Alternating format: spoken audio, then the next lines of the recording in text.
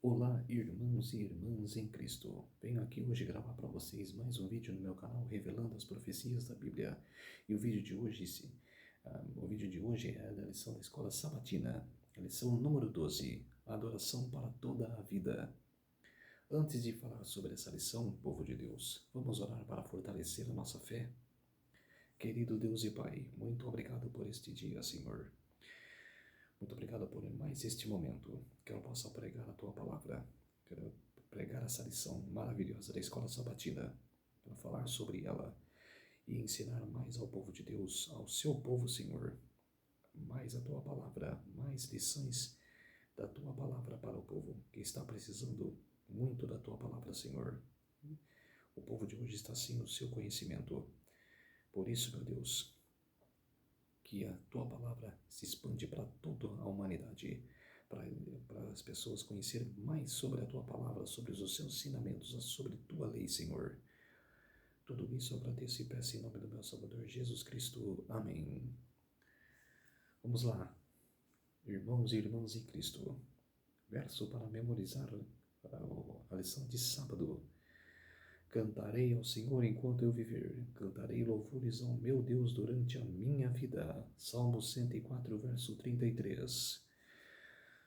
À medida que experimentamos mais e mais a graça e o poder de Deus, somos levados a perguntar como o salmista: que darei ao Senhor por todos os seus benefícios para comigo? É uma pergunta que o salmista fez para Deus.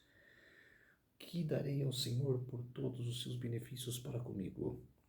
É essa pergunta que a gente tem que dar, que a gente tem que fazer quando Deus faz maravilhas em nossas vidas, quando Deus está nos acompanhando, que Deus faz os milagres nas nossas vidas. O que a gente tem que dar, para Deus de agradecimento? O que é dar de agradecimento? Louvar ao Senhor, ajoelhar-se no chão, adorar ao Senhor, dar benefícios ao Senhor, dar, na igreja, dar o dízimo, louvar ao Senhor sempre, querer agradecer ao Senhor por todas as maravilhas que está acontecendo em sua vida. Salmo 116, verso 12. A resposta inevitável é dedicar a vida e ser fiel a Deus, ser totalmente fiel a Deus. Em Salmos, Israel não é simplesmente uma nação, mas uma grande congregação. Salmos 22, capítulo 22, verso 22. E capítulo 22 a 25 e o capítulo 35, verso 18. Isso revela o chamado principal de Israel para louvar a Deus e dar testemunho dele às outras nações.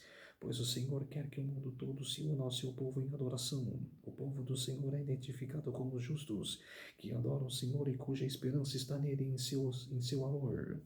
Louvar ao Senhor na congregação é considerada a forma ideal de adoração.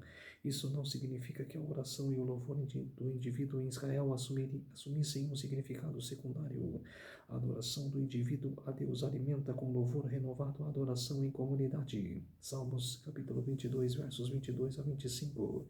Por sua vez, a adoração individual devolve todo o seu potencial no relacionamento com a comunidade de adoradores, também chamada de Assembleia dos Justos. Salmos 111, verso 1. Os retos conhecem a Deus. Salmos 36, verso 10. E são conhecidos por ele. Salmos 37, verso 18. E essa experiência permeia todos os aspectos de sua existência. Vamos lá para a lição de domingo. Levante as mãos no santuário. A pergunta número 1. Onde se oferece adoração nesse contexto? Qual é o resultado da adoração ao Senhor? Vamos ver que o texto responde. O Salmo 134 relembra a menção sacerdotal de Arão em Números 6, capítulo 6, versículos 24 a 26. Vamos lá para Números, o quarto livro na Bíblia. Números, capítulo 6. Números capítulo 6 e os versos 24 a 26. Vamos ver o que diz o texto.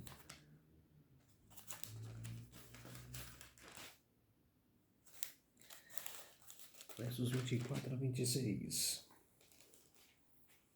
A bênção sacerdotal. O Senhor te abençoe e te guarde. O Senhor faça resplandecer o rosto sobre ti e tenha misericórdia de ti. E o Senhor sobre ti levante o rosto e te dê a paz. Assim eu porão o meu nome sobre os filhos de Israel e os abençoarei. Quer dizer, era Deus falando para Arão que para passar essa mensagem para o povo, para que o povo possa se crer nele mais e mais. E Salmo 67, verso 1, e destaca a bênção como princípio e o resultado subsistente do relacionamento entre Deus e Israel. O povo abençoa a Deus no santuário, e Deus abençoa seu povo desde Sião. As bênçãos se estendem a todos, pois o Senhor é o Criador do céu e da terra. A menção de Sião como lugar das bênçãos especiais divinas enfatiza o vínculo da aliança do Senhor com seu povo. É, portanto, dentro da aliança da graça que Israel exerce o privilégio de abençoar o Senhor e ser abençoado por ele.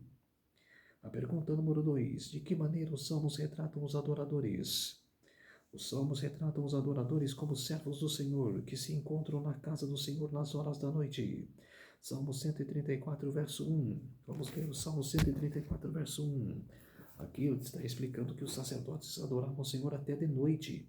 Durante o dia, faziam o trabalho sacerdotal, e à noite, além de adorar de dia, adoravam também de noite, todo momento.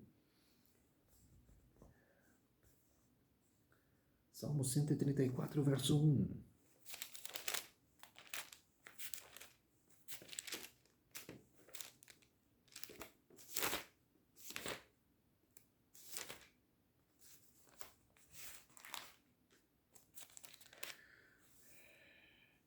Convocando o culto vespertino, cântico de romagem. Versículo 1. Bendizei ao Senhor, vós todos servos do Senhor, que assistis na casa do Senhor nas horas da noite.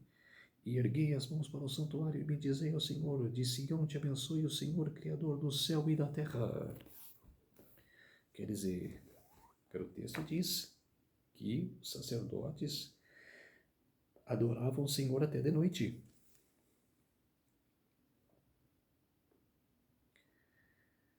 Os salmos retratam os adoradores do Senhor, os servos do Senhor que se encontram na casa do Senhor nas horas da noite, o que deve ser uma referência à guarda noturna dos levitas. 1 Crônicas, capítulo 9, versículos 23 ao 27. Vamos lá para 1 Crônicas.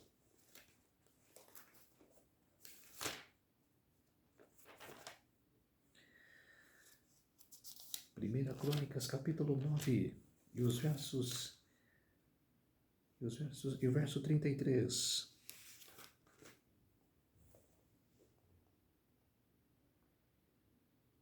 Quanto aos cantores, cabeça das famílias entre os levitas, estavam alojados nas câmaras do templo e eram isentos de outros serviços, porque de dia e de noite estavam ocupados no seu ministério.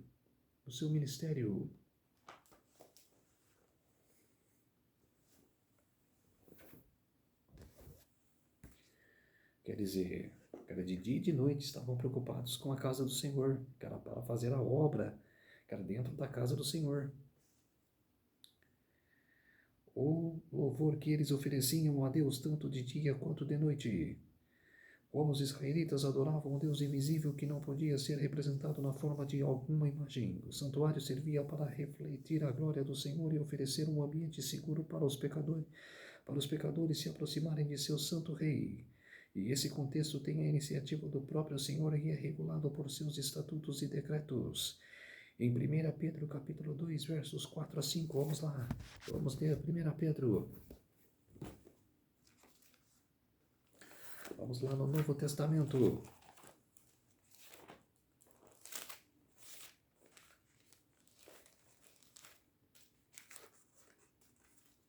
Primeira Pedro, capítulo 2, versos 4 a 5.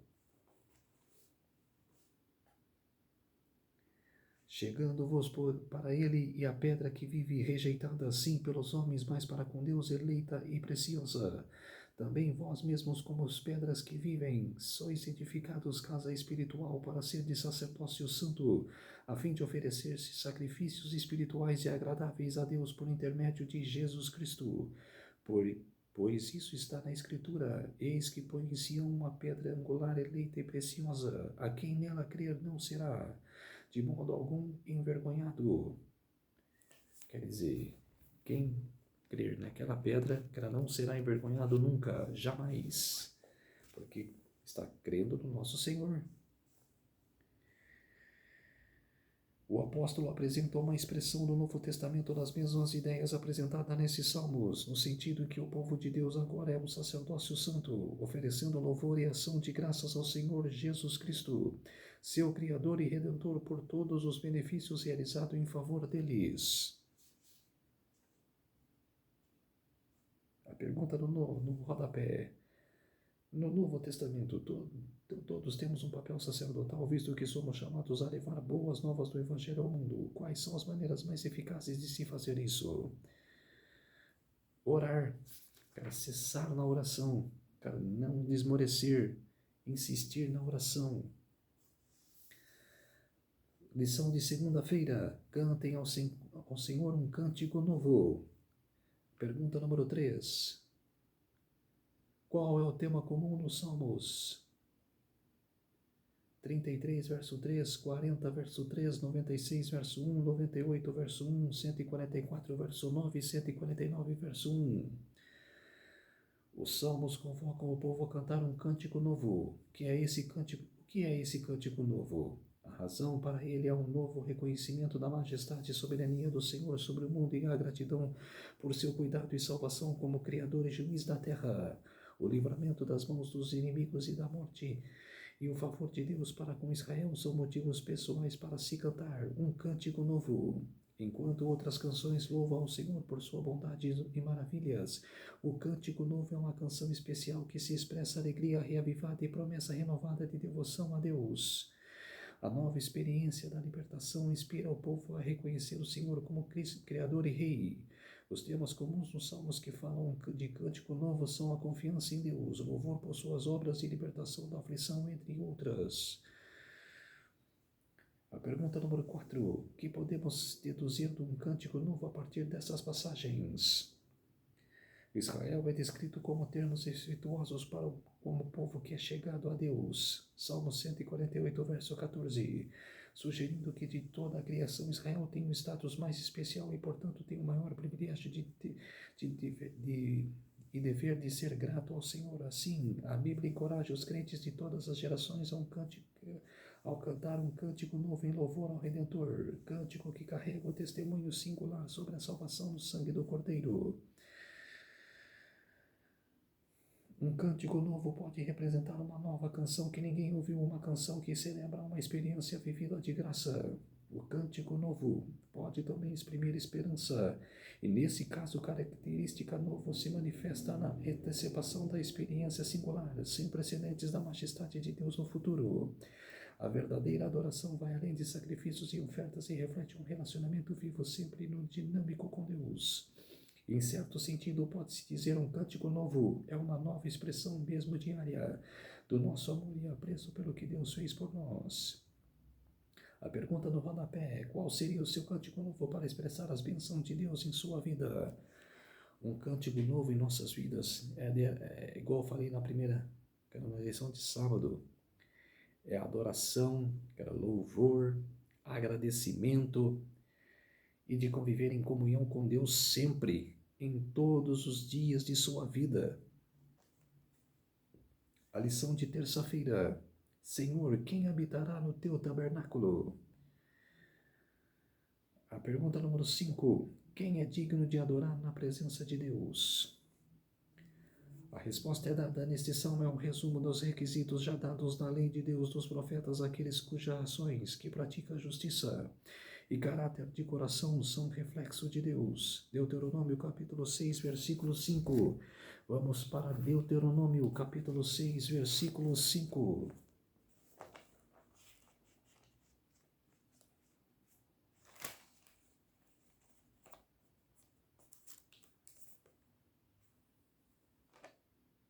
Deuteronômio 6, versículo 5. Amarás, pois, o Senhor teu Deus de todo o teu coração, de toda a tua alma e de toda a tua força. já explica tudo. Amarás o teu Deus de toda força, de todo o coração, cara, de todo o entendimento de sua vida, cara, de sua alma e de todo o coração. Isso que você deve trazer para a sua vida, para nossas vidas, a todos nós, cara, devemos de fazer isso. Trazer o Senhor para as nossas vidas.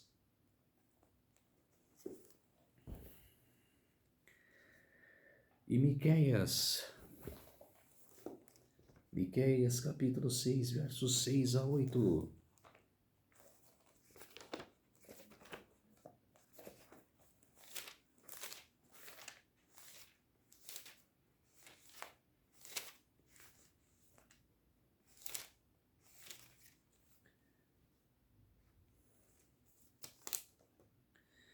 Miqueias capítulo 6, versos 6 a 8. Com quem me apresentei ao Senhor e me inclinarei ante o Deus excelso. Virei perante ele com holocaustos com bezerros de um ano. Agradeci, vou ler de novo. Com que me apresentarei ao Senhor e me inclinarei ante o Deus excelso? É uma pergunta. Virei perante ele com holocaustos com bezerros de um ano? Agradar-se-á, Senhor, de milhares de carneiros, de 10.000 ribeiros de azeite? Darei ao meu primogênito pela minha transgressão o fruto do meu corpo, pelo pecado da minha alma? Ele te declarou, ó homem, o que é bom, e o que é o que o Senhor pede de ti? Que pratiques a justiça e ames a misericórdia e andes humildemente com o teu Deus. Quer dizer, se a gente não andar humildemente na presença de Deus, a gente não pode apresentar nada. A gente tem que estar com comunhão com Deus primeiramente, para depois apresentar o que é agradável ao Senhor.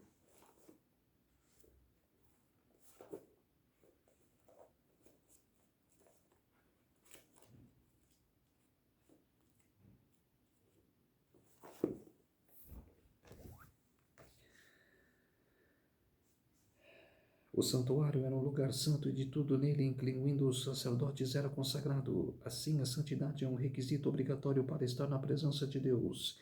A santidade de Israel deveria ser abrangente, unindo adoração e ética. É exercida em todos os aspectos da vida. A lei foi dada ao povo de Deus para capacitá-lo e alcançar seu potencial máximo, ou seja, viver como um reino de sacerdotes. O sacerdócio real inclui ter uma vida de santidade na presença de Deus e levar as bênçãos da aliança em outras nações. A pergunta número 6. O que significa ser santo? Um coração perfeito é a maior qualidade do adorador diante de Deus. O hebraico tamim, perfeito, transmite a noção de completude e totalidade. Uma videira perfeita é inteira, intacta e saudável. Ezequiel capítulo 15, versículo 5. Vamos ler Ezequiel capítulo 15, versículo 5.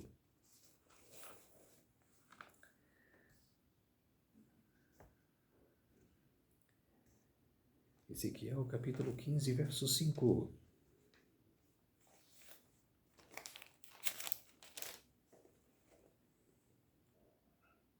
Ora, e se estando inteiro não servia para obra alguma, quanto ao menos sendo consumido pelo fogo ou sendo queimado, se faria dele qualquer obra? Quer dizer, você acha que uma pessoa destruída, que ela vai fazer parte da vida de Deus, uma pessoa que é rude, uma pessoa que é ignorante, uma pessoa que é má de coração, se não se arrepender, não vai fazer comunhão com Deus, Deus não entrará em comunhão com essa pessoa. Os animais oferecidos como sacrifícios tinham que ser também ou sem mácula. Levítico capítulo 22, versos 21 a 24. O discurso perfeito é inteiramente verdadeiro. Jó capítulo 36, verso 4. Um coração perfeito, portanto, é um coração puro. Salmos 24, verso 4. Ou um coração íntegro. Salmos 15, verso 2. E ele busca a Deus. Salmos 24, verso 6. E é restaurado pelo perdão divino, Salmos 51, versos 2 a 10. Uma vida irrepreensível brota do reconhecimento da graça de Deus e de sua justiça. A graça divina inspira a capacita os servos de Deus a viver no temor do Senhor, o que significa viver em livre comunhão com o Senhor e em submissão à sua palavra. O testemunho de uma vida dedicada e piedosa traz louvor a Deus e não a si mesma. Observe que a maioria dos requisitos no Salmo 15 é dada em termos negativos. Salmos 15, versos 3 a 5. Não se trata de ganhar a favor divino, mas de evitar as coisas que nos separariam de Deus. E a pergunta no rodapé: quais são as escolhas conscientes que devemos fazer para evitar tudo aquilo que nos afasta de Deus? É fugir do pecado, quer dizer não ao pecado e das coisas deste mundo. Aí sim a gente vai estar em comunhão com Deus. Cortar tudo que é mal nesse mundo. A lição de quarta-feira: anuncie entre as nações a sua glória. Pergunta número 7. Que múltiplos aspectos da adoração são mencionados no Salmo 96? A adoração inclui cantar ao Senhor, louvar o seu nome, proclamar a sua bondade e grandeza e levar ofertas ao seu templo. Além desses modos familiares de adoração, o Salmo 96 destaca um aspecto não tão móvel da adoração, ou seja, a dimensão evangélica de proclamar o reino do Senhor a outros povos. Salmos 96, versos 2, 3 e 10. No entanto, cantar, louvar, levar ofertas e proclamar o Evangelho não são as ações separadas, mas diferentes formas de adoração. A proclamação da salvação de Deus nas nações, fundamentado no louvor, dá conteúdo à adoração. Observe como as razões para a adoração coincidem com as mensagens proclamadas em outros povos. Porque o Senhor é grande. Salmos 96, verso 4. Porque todos os deuses dos povos não passam de ídolos. O Senhor, porém, fez os céus. Salmos 96, verso 5. Reina o Senhor. Salmos 96, verso 10. E porque vem julgar a terra. Salmos 96, verso 13. Assim, o objetivo do evangelismo é unir outros povos ao povo de Deus. E, finalmente, toda a criação na adoração ao Senhor. Salmos 96, versos 11 a 13. A adoração brota do reconhecimento de quem o Senhor é, Criador, Rei e Juiz. Salmos 96, versos 5, 10 e 13. A adoração é recordar os atos passados de Deus, criação, celebrar suas maravilhas presentes, o sustento do mundo e o seu reinado presente, antecipar seus atos futuros, juízo do tempo do fim e a nova vida no novo céu e na nova terra. O juízo em Salmo significa a restauração da ordem divina de paz, justiça e bem-estar em um mundo sobrecarregado pela justiça e pelo sofrimento. Toda a terra se alegra em antecipar os juízos divinos. Salmos 96, versos 10 a 13 e Salmos 98, versos 4 a 9. O Senhor é um juiz justo, isso deve também motivar as pessoas a adorá-lo em santidade e tremer, e deve servir de advertência contra a atitude leviana da adoração. Salmos 96, verso 9. A adoração envolve alegria e confiança. Salmos 96, versos 1, 2, 11 a 13. E santo temor e tremor. Salmos 96, versos 4 a 9. O apelo universal do Salmo 96 para adorar o Criador e o Juiz reflete-se na proclamação final do Evangelho de Deus para o mundo. As 3 mensagens angélicas de Apocalipse, capítulo 14, versos 6 a 12. Em muitos aspectos, o Salmo parece incorporar essa mensagem no fim dos tempos. Criação, salvação, Evangelho eterno e adoração e juízo. Pergunta no rodapé. Compare o Salmo 96 com as 3 mensagens angélicas de Apocalipse 14, 6 a 12. O Salmo ensina as mesmas verdades básicas das 3 mensagens que devemos proclamar ao mundo? Sim, com certeza. Um texto liga ao outro. Antigo Testamento e Novo Testamento. São as mesmas coisas. A lição de quinta-feira. Quando Deus não se agrada de sacrifícios? A pergunta número 8. Que questão importante esses textos abordam? Porque às vezes Deus não se agradava dos sacrifícios que ele prescreveu em sua palavra. Como os profetas, os salmistas condenam várias formas erradas de adoração. O ponto principal nestes versos não é a aversão do Senhor aos sacrifícios e festivais de Israel, mas as razões para tal repugnância, a distância fatal entre adoração e espiritualidade. Deus não estava repreendendo seu povo por seus sacrifícios e holocaustos, mas por sua maldade e atos de injustiça, que cometiam na vida pessoal. Salmos 50, verso 8 e 17 a 21. Perdão. Os salmos não pregam contra o sacrifício e a adoração, mas contra o sacrifício vão e a adoração vazia demonstrada na injustiça desses adoradores. Quando não há unidade entre essa expressão eterna da adoração e a motivação interna correta para ela, em geral os rituais se tornam mais importantes do que a experiência de se aproximar de Deus. Ou seja, as formas de adoração se tornam um fim em si mesmas, em oposição de Deus a quem os rituais devem apontar e revelar. Pergunta número 9. Aqui Jesus chamou a atenção nesta passagem que se encaixa exatamente com as advertências dos salmos mencionados na lição de hoje. Sacrifícios não são suficientes. De que adiantavam esses sacrifícios se o coração dos que se ofereciam não estava cheio de arrependimento, fé e tristeza pelo pecado? Somente quando acompanhados de arrependimento e sincera de ação de graças, os sacrifícios de touros poderiam agradar a Deus como sacrifícios de justiça. Salmo 51, verso 19 e Salmo 50, verso 14. Jesus, ao citar Isaías, expressou isso também. Este povo me honra com os lábios, mas o seu coração está longe de mim. Mateus capítulo 15, verso 8. Os problemas que os salmistas viram eram os mesmos que Jesus encontrou em relação a alguns especialmente os líderes durante o seu ministério terreno. Pergunta no rodapé: será que nós, tendo tanta luz e reconhecimento, não caímos na armadilha de pensar que apenas conhecer a verdade e passar pelos rituais da verdade é suficiente? Temos que fazer um ritual, que era um sacrifício válido para o Senhor. E temos que pedir alguma coisa, adorar o Senhor com arrependimento. A gente tem que estar arrependido, sinceramente.